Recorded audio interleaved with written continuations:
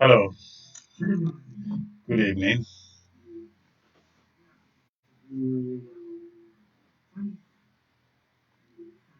Yes,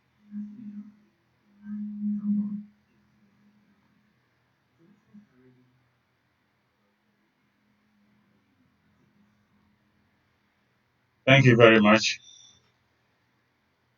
for the opportunity. Good evening, listeners, and thanks once again for receiving us in your homes with your heart's love as we continue in our studies of keys to the kingdom. As usual, it's our great pleasure. We all understand we are studying together. When we have shared our thoughts, you also have the opportunity to share your thoughts, and we also learn something.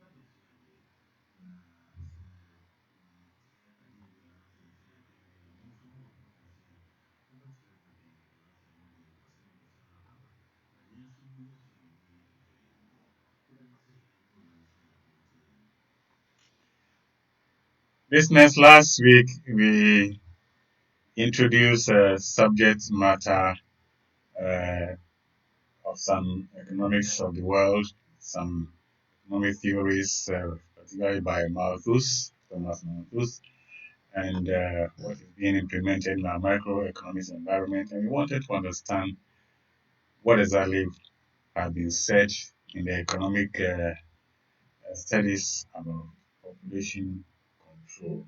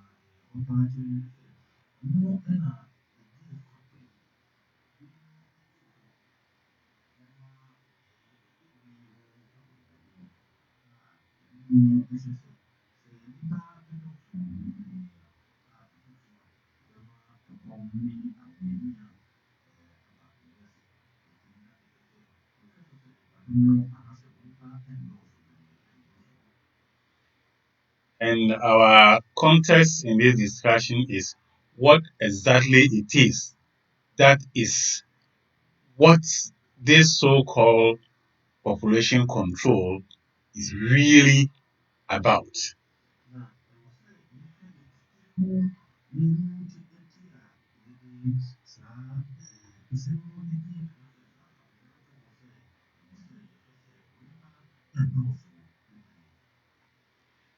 Now, we would like to draw our attention a bit to some discussion, some questions and submissions that came on the floor last week, and we'd like to put it in right context for today's discussion.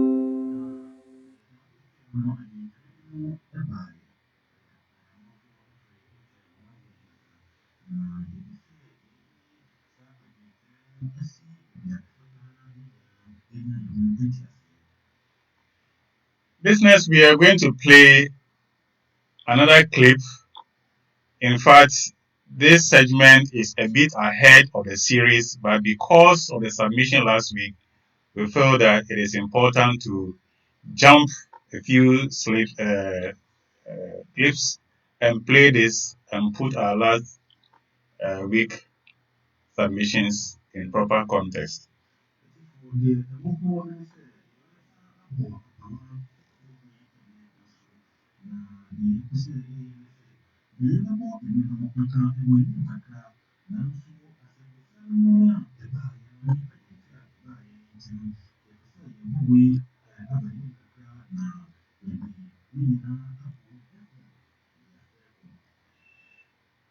Listeners, this is the time for Christmas, the birth of the Christ in our hearts that we are commemorating, and we need to understand that at the time of the birth of Christ, Herod and his henchmen went after him.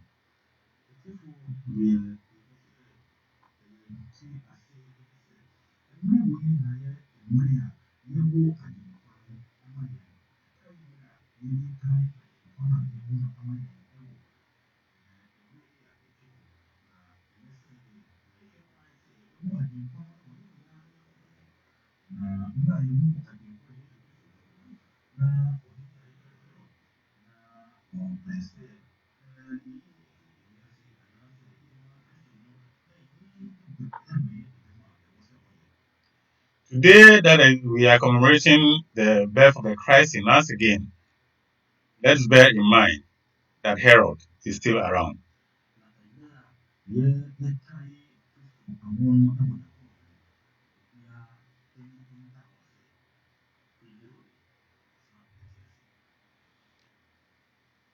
Listeners, we want to draw your attention to Revelations chapter 12 and also link up with Isaiah chapter 14.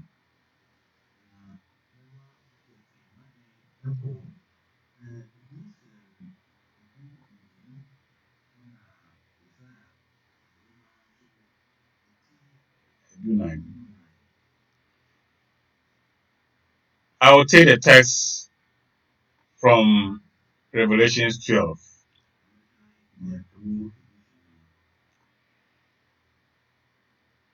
And there appeared a great wonder in heaven, a woman clothed with the sun, and the moon under her feet, and upon her head a crown of 12 stars. And she, being with child, cried, travailing in birth, and pained to be delivered. And there appeared another wonder in heaven, and behold, a great red dragon, having 7 heads and 10 horns, and 7 crowns upon his heads. And his tail drew the third part of the stars of heaven, and did cast them to the earth. And the dragon stood before the woman which was ready to be delivered, for to devour her child as soon as it was born. And she brought forth a man child, who was to rule all nations with a rod of iron. And her child was caught up unto God and to his throne. And the woman fled into the wilderness, where she had a place prepared of God, that they should feed her there 1,260 days. And there was war in heaven. Michael and his angels fought against the dragon. And the dragon fought and his angels, and prevailed not, neither was their prey found anymore in heaven. And the great dragon was cast out, that old serpent called the devil and Satan, which deceived the whole world. He was cast out onto the earth, and his angels were cast out with him. Now we'll end it up there, and we'll like to focus our attention on the war in heaven. I would like my brother try to recap that section in the tree. The war in heaven, the angel being cast down from the heaven onto the earth.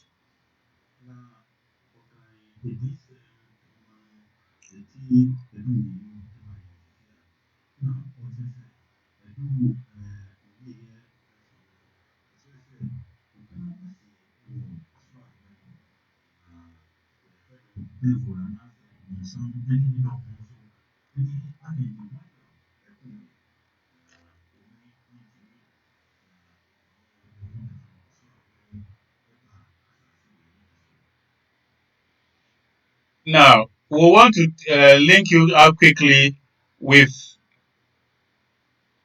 Isaiah chapter 14, verses 12 to 14.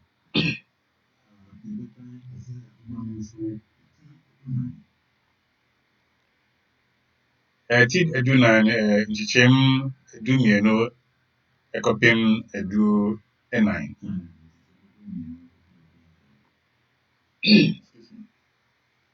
When you read the whole 14, it is okay to put all the writings in the right context. Now, it says, "How art thou fallen from heaven, O Lucifer, son of the morning? How art thou cast down to the ground? Which didst weaken the nations. For thou hast said in thy heart, I will ascend into heaven. I will exalt my throne above the stars of God. I will sit also upon the mount of the congregation in the sides of the north. I will ascend above the heights of the cloud. I will be like the Most High."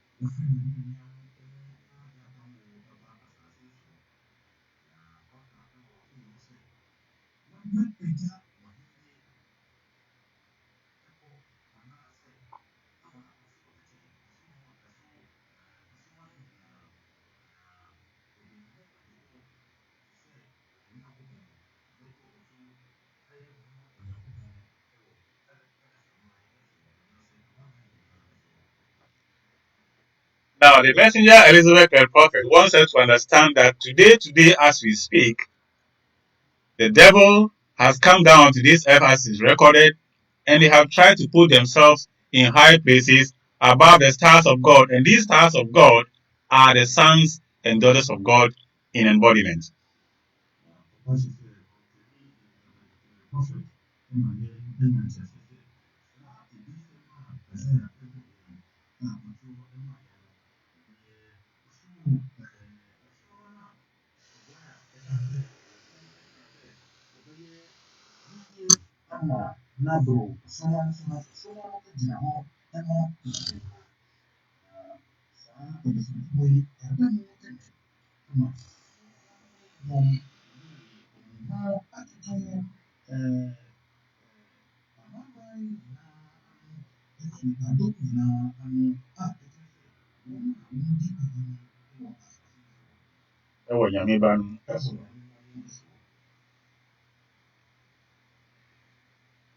Now, let's remember also that Lucifer and Satan, before the fall, they were at very high places in God's kingdom in terms of wielding of power.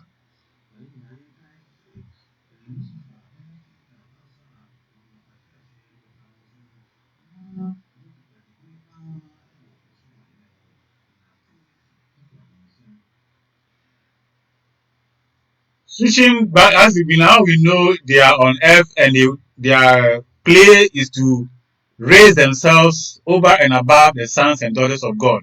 Let the children of God keep that in mind, that the devil is working out in whatever way to let the children of God succumb to them.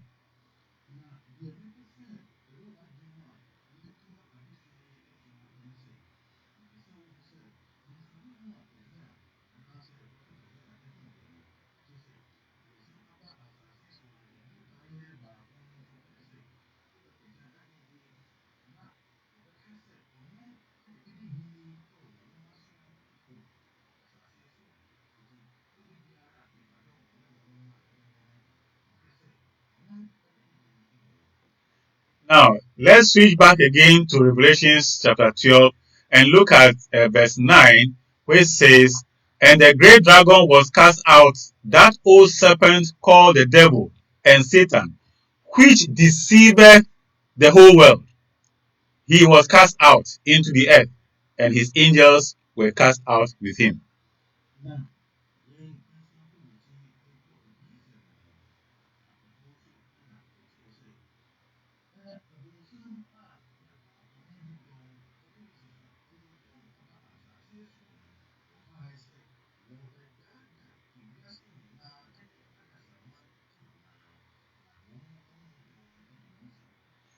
And last week, the clip we played taught us that these deceivers, because they descended from great heights and wield so much power spiritually before their fall, even their very presence commands respect.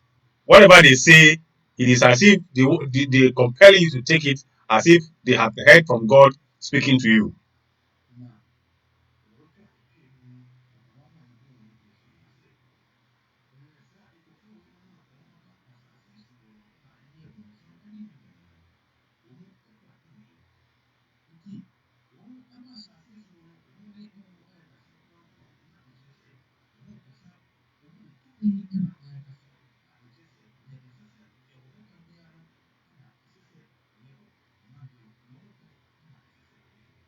And the way they carry themselves itself compels the children of God to seek to believe them, even though they are being deceived.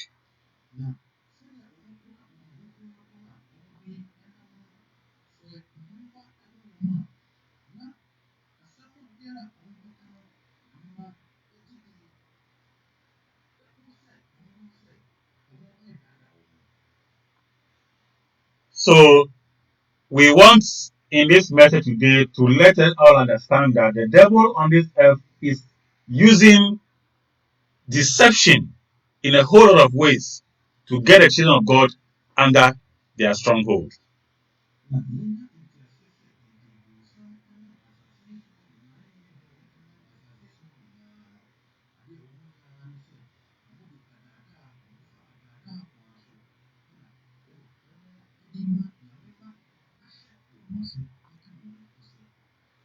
And when they come to work to outplay their things, they don't work individually, but they work in groups. Everybody has a role they plays, and they play one into the other.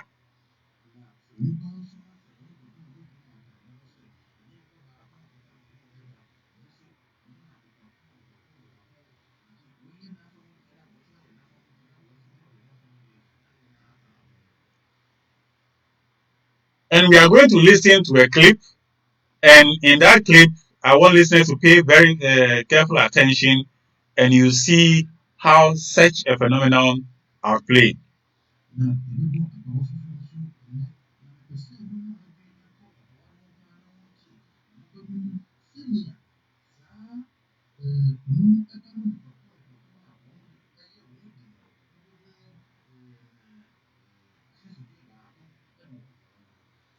Last week, Amigos made a submission that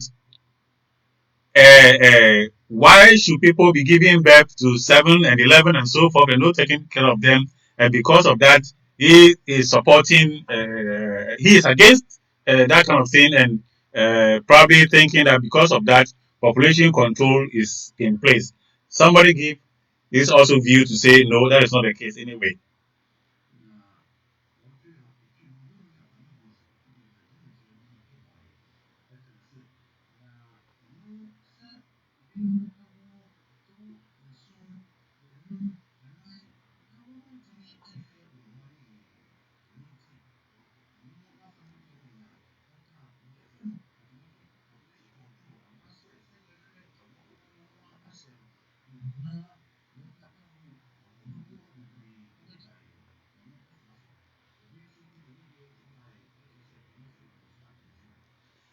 Now, we want listeners, all of us, to learn today is that some of these things play out for some other people or some other forces to want to take a due advantage. And we are going to listen to such a thing in the clip that we are going to play.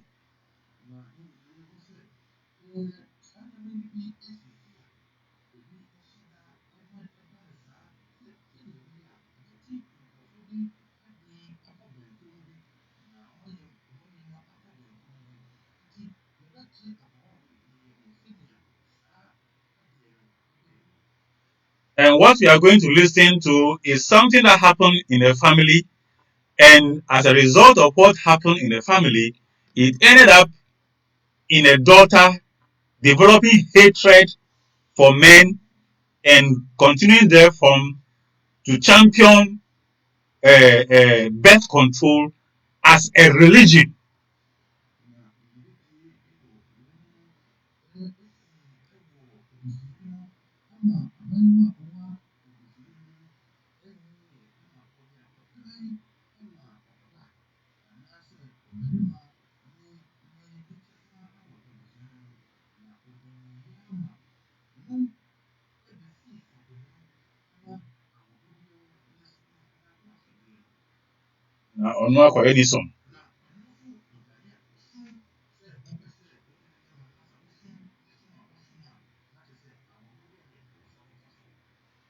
Those who want to further read on it may go into their professional archives and look at what the lecture halls are teaching on these subject matters.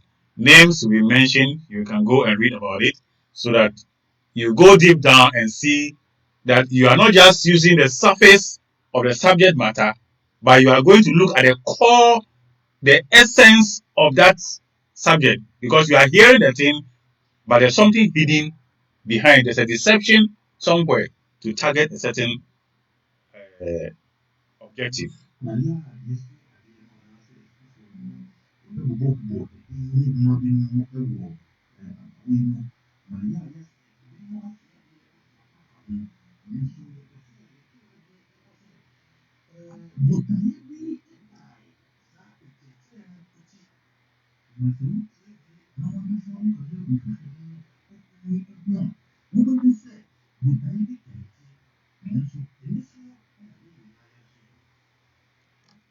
So at this point, we will listen to the clip. So kindly pay critical attention. Don't miss any words so that you can listen carefully.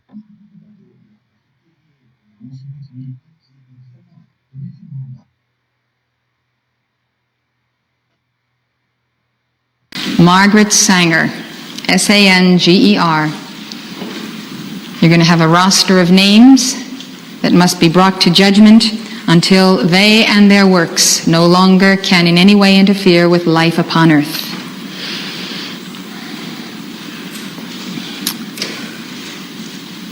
One of the most influential forces in the entire population control movement was Margaret Sanger, and her anti-spirit lives on.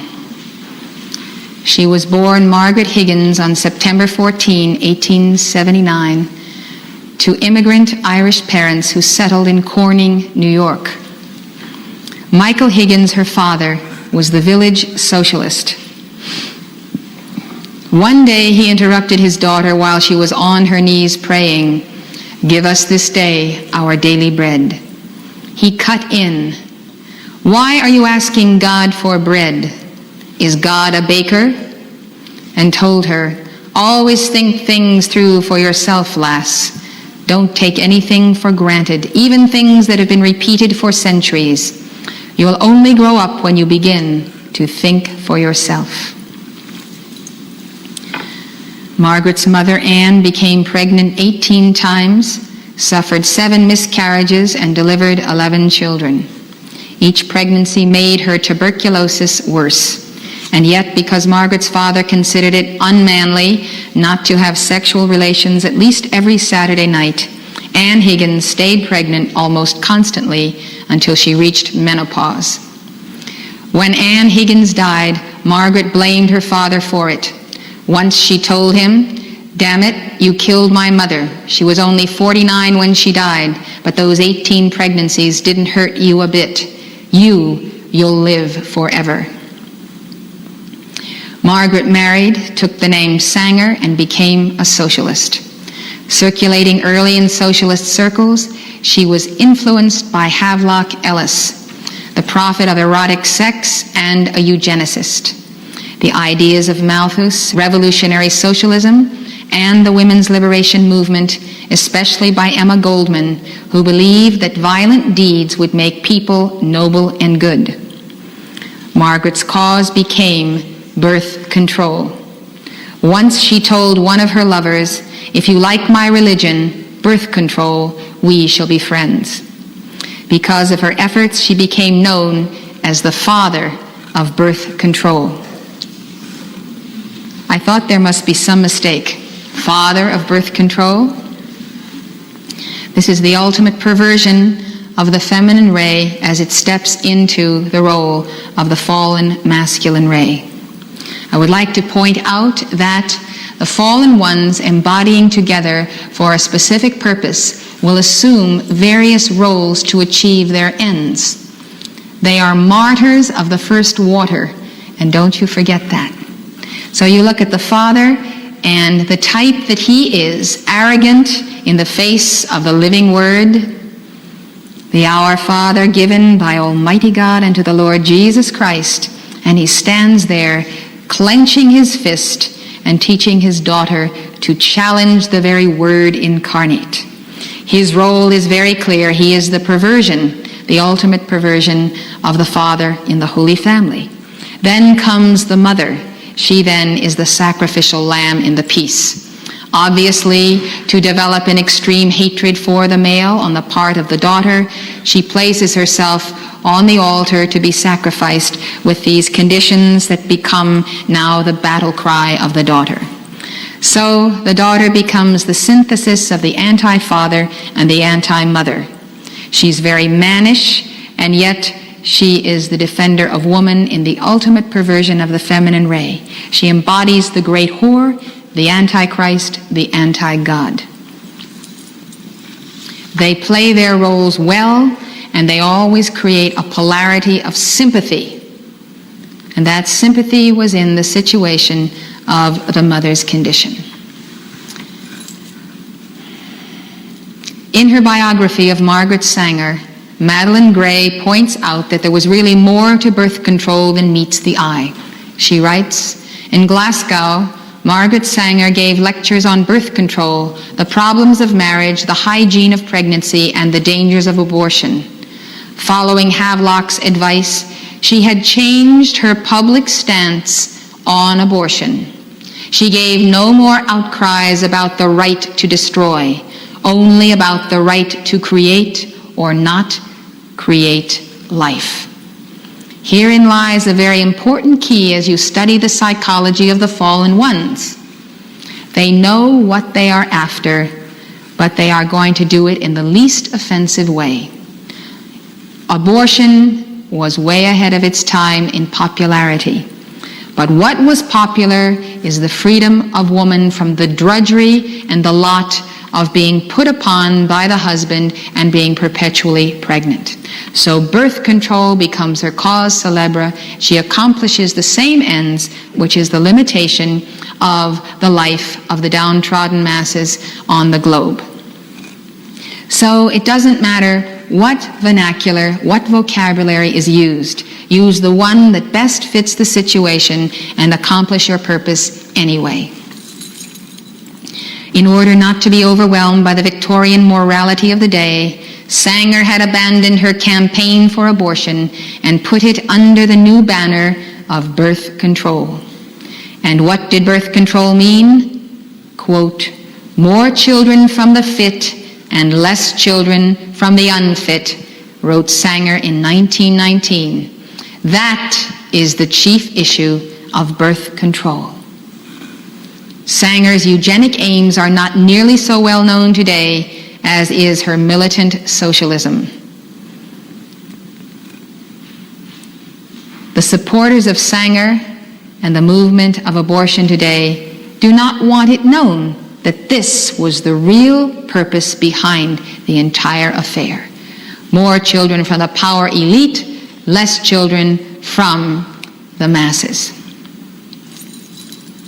In 1914, she published a socialist newspaper called The Woman Rebel, with the slogan, "No gods, no masters," on the headline. This was a paper of militant thought which Sanger said will not champion any ism. The no masters the women were referring to were the male masters. No masters, no gods. All rebel women are invited to contribute to its columns. The aim of this paper will be to stimulate the working women to think for themselves and to build up a conscious fighting character. It sounds like she is among the leaders of the fallen ones described by beloved Amazonia. As she wrote in 1915, "I knew something must be done to rescue those women who were voiceless. Someone had to express with white-hot intensity the conviction that they must be empowered to decide for themselves when they should fulfill the supreme function of motherhood. They had to be made aware of how they were being shackled and roused to mutiny. To this end, I conceived the idea of a magazine to be called The Woman Rebel, dedicated to the interest of women." She published an article signed by Alice Groff called The Marriage Bed, which stated, "The marriage bed is the most degenerating influence on the social order as to life in all of its forms, biological, psychological, sociological, for man, woman, and child." Sanger believed that along with political revolution must come the transformation of marriage into a voluntary association. Birth control would thus liberate the absolute elemental inner urge of womanhood. In order to attain the highest development of the sex nature, the woman should not have to be the good of a master. Such good destroys her native spontaneity, or it arouses bitter antagonism and rebellion, as it prevents the development of her sex nature to higher psychological issues.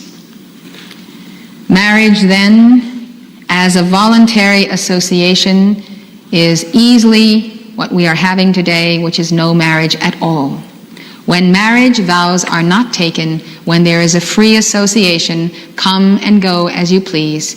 Don't ride the waves of adversity, but abandon the association when things get too difficult. The marriage contract as initiation on the path speaks of bearing one another's burdens in sickness and in health, for better, for worse, etc. All of this is intended to make individuals understand that the purpose of marriage is a joint partnership. It is a partnership wherein both parties to the contract agree to become one in the sense of bearing one another's burden and of service to life. The purpose of marriage is to accomplish more good for God and man than the two individuals could accomplish separately. The gift of love in marriage is a figure-8 flow which is intended to be used for the bearing of one another's burden, namely each other's karma. Once the marriage vows are pronounced, you have jointly the responsibility of one another's karma. This is why Jesus said, "Be ye therefore not unequally yoked together. A light bearer should marry a light bearer, for what fellowship hath light with darkness?" Thus, one must become very conscientious, especially as one accelerates on the path. For association with those who are not accelerating or who are not entering into the balancing of karma means that if you are balancing karma and the partner is not, you will be increasing in light, but you will be held back by the level of karma, the common denominator of level of your spouse. So it becomes a very difficult situation. In voluntary associations, There is absolute rebellion against marriage, representing Alpha and Omega, the Father, Mother, God. Absolute rebellion against marriage as a sacrament, as the ray of initiation of the sixth ray. And there is rebellion against bearing one another's burden. It's saying, well, I want to enjoy this relationship and get out of it what I can, but I'm not going to bear your burden. I'm not going to take upon myself your karma.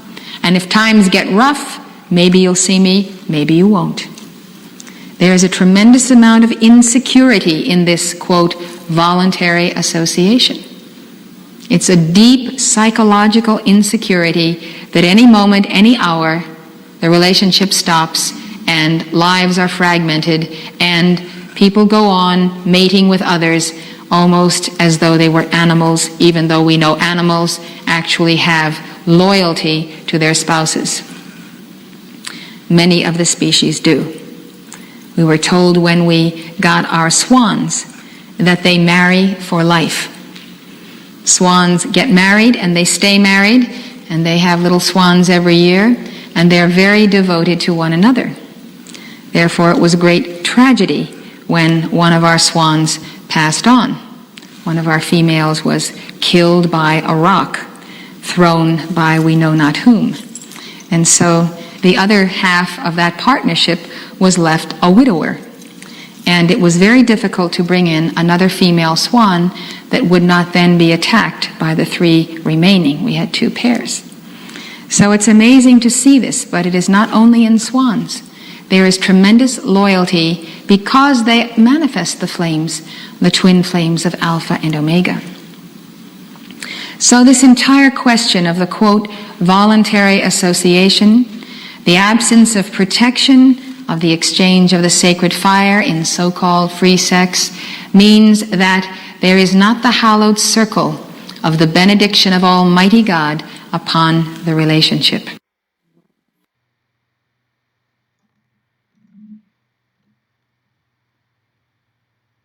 Listeners, that is the end of the clip. And the summary of this is to let us know that there are certain things that play out on the planet which the fallen angels work out towards a certain objective which they themselves know beforehand.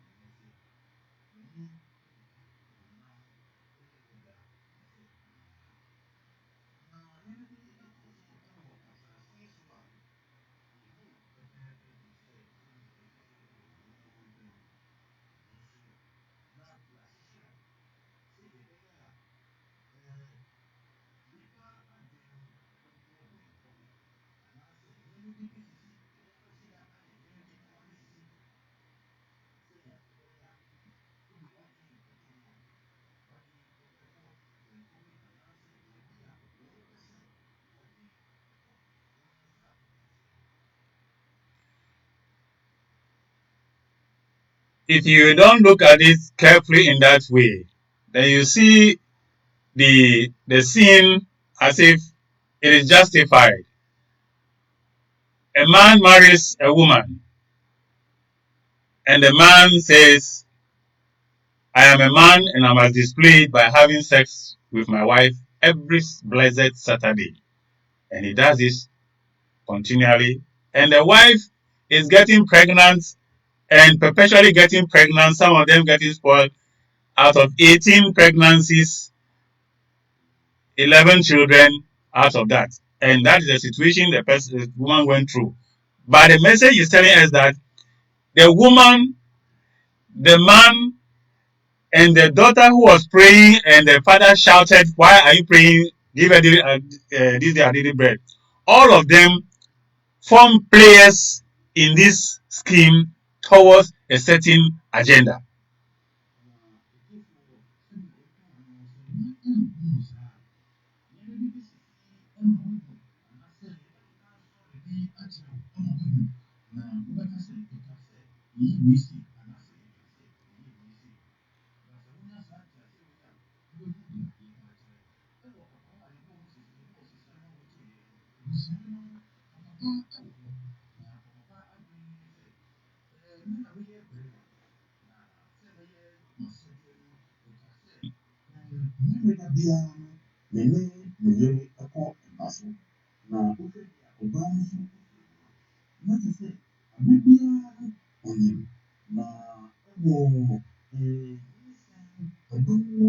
Okay.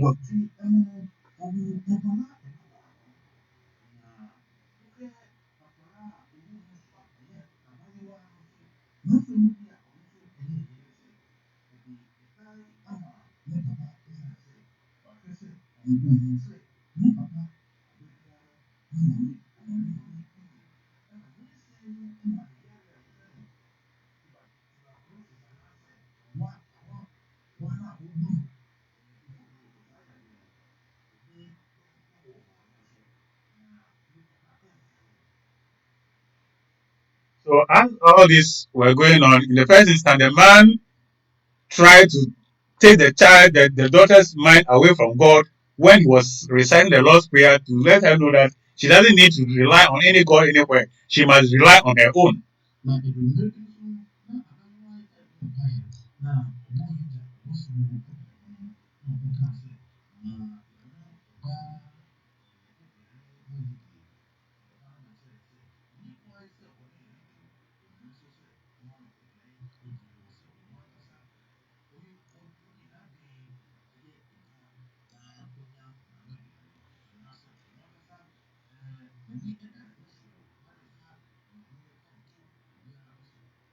And the point here is that by that action, the man has succeeded in taking the daughter's mind away from God.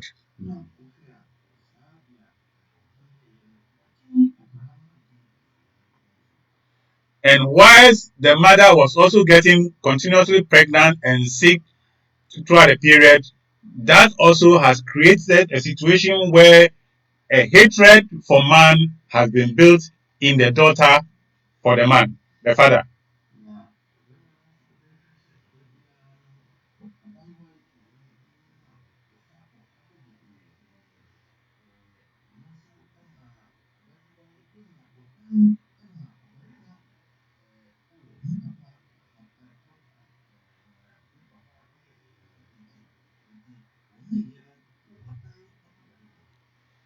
Now, when you look at this outwardly, you say, yes, there's a justification to say, what, do birth control, because this is what has happened. I have seen it, so let us do birth control. You will see it like there's a justification for it.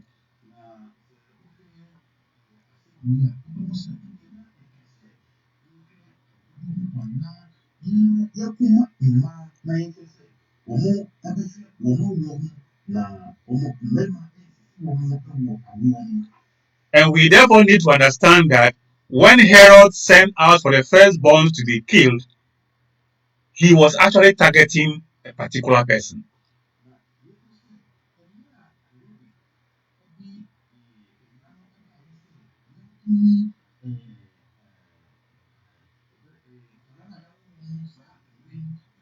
Kind of.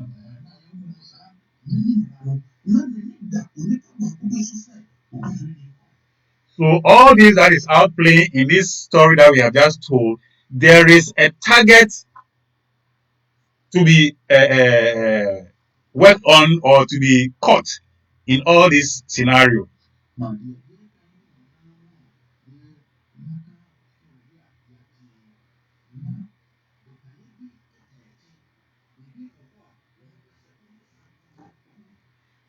It is this situation in this family which built this hatred in this daughter, which now has turned out to be a religion that she is practicing as birth control, and has tried to change names for it in such a way that at a certain point, instead of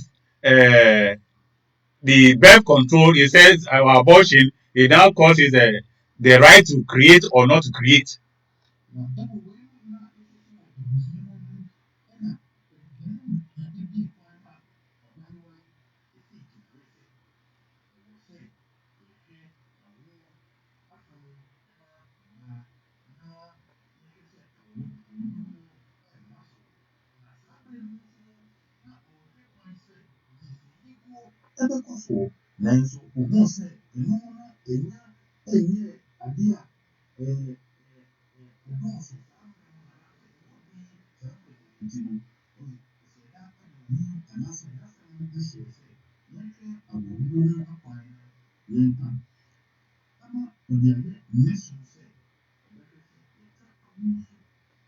So when she got a lover, she got told the lover that if you are ready to practice my religion, which is birth control, then I'll move on with you.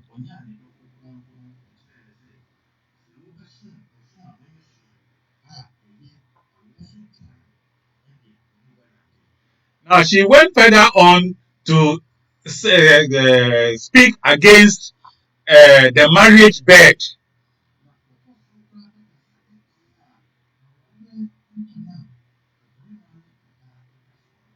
and things that there shouldn't be bonding between man and woman as marriage, but then there should be free association so that you can walk out at any time you like. And as we are getting today, why people are not getting married.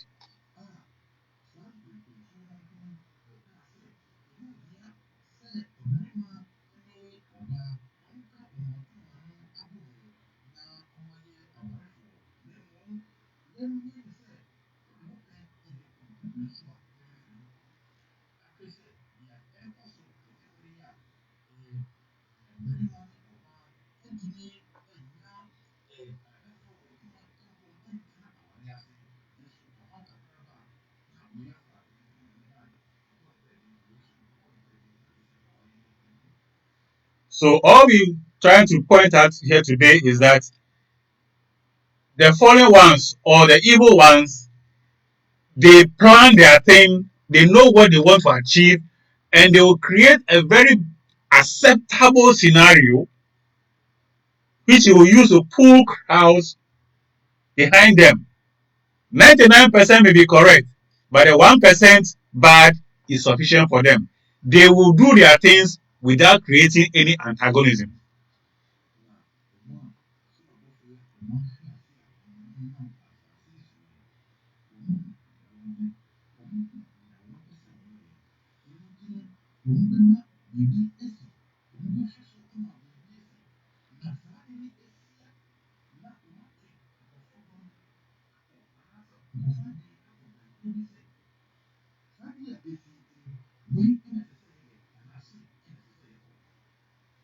And whatever they are saying will sound very good in the minds of the many, but they have a small ill intent, which is part of it, which is all they want to achieve.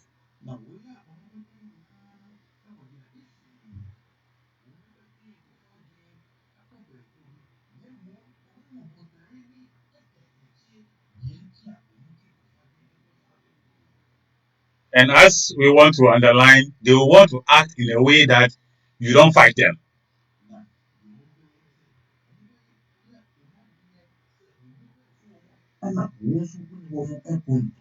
So, as a child of God, when you know that the evil one can plot all these things in your life, you need to be very watchful as to what is brought before you as good. You must look at it with your spiritual eye, your spiritual mind, to know the intent of that thing that is being placed before you as good.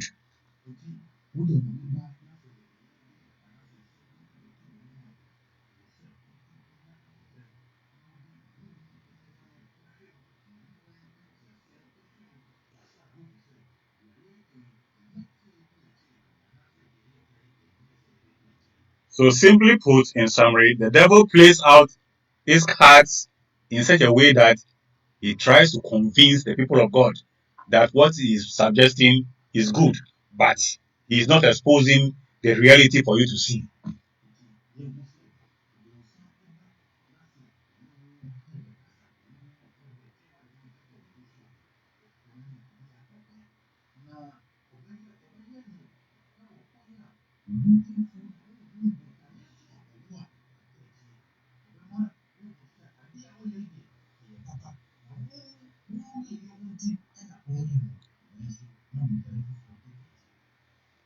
Business, our time is run out. I think we just have a minute.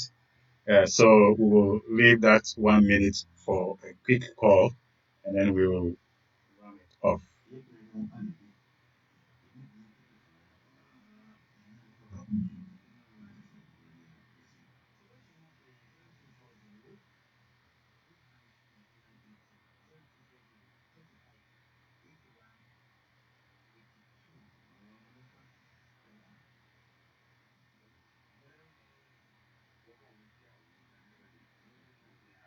Ejiro.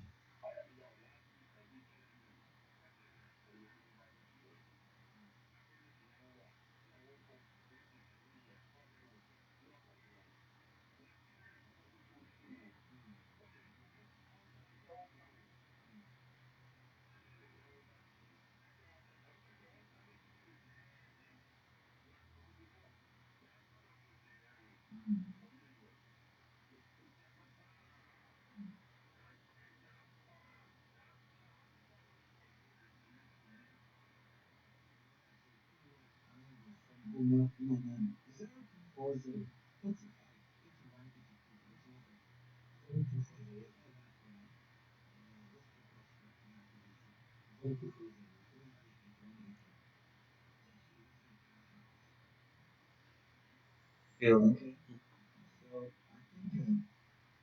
Okay, right. Thank you very much. So, just to say that, yes, amigos, you have made your point in the verbs, but what we are saying is that these things that are happening, it is something planned by some people who have a certain agenda.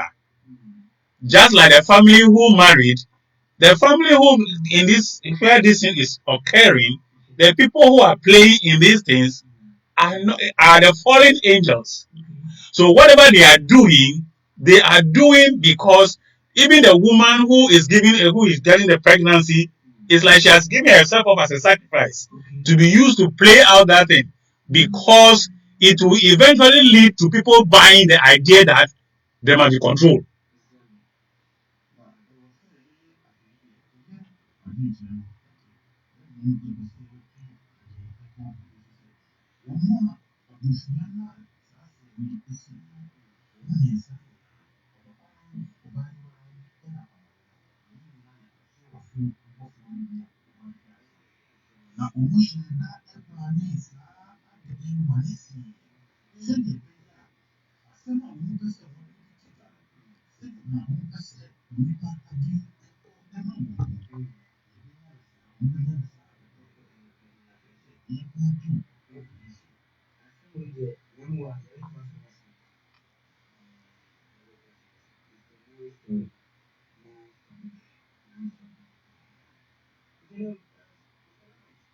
Hello.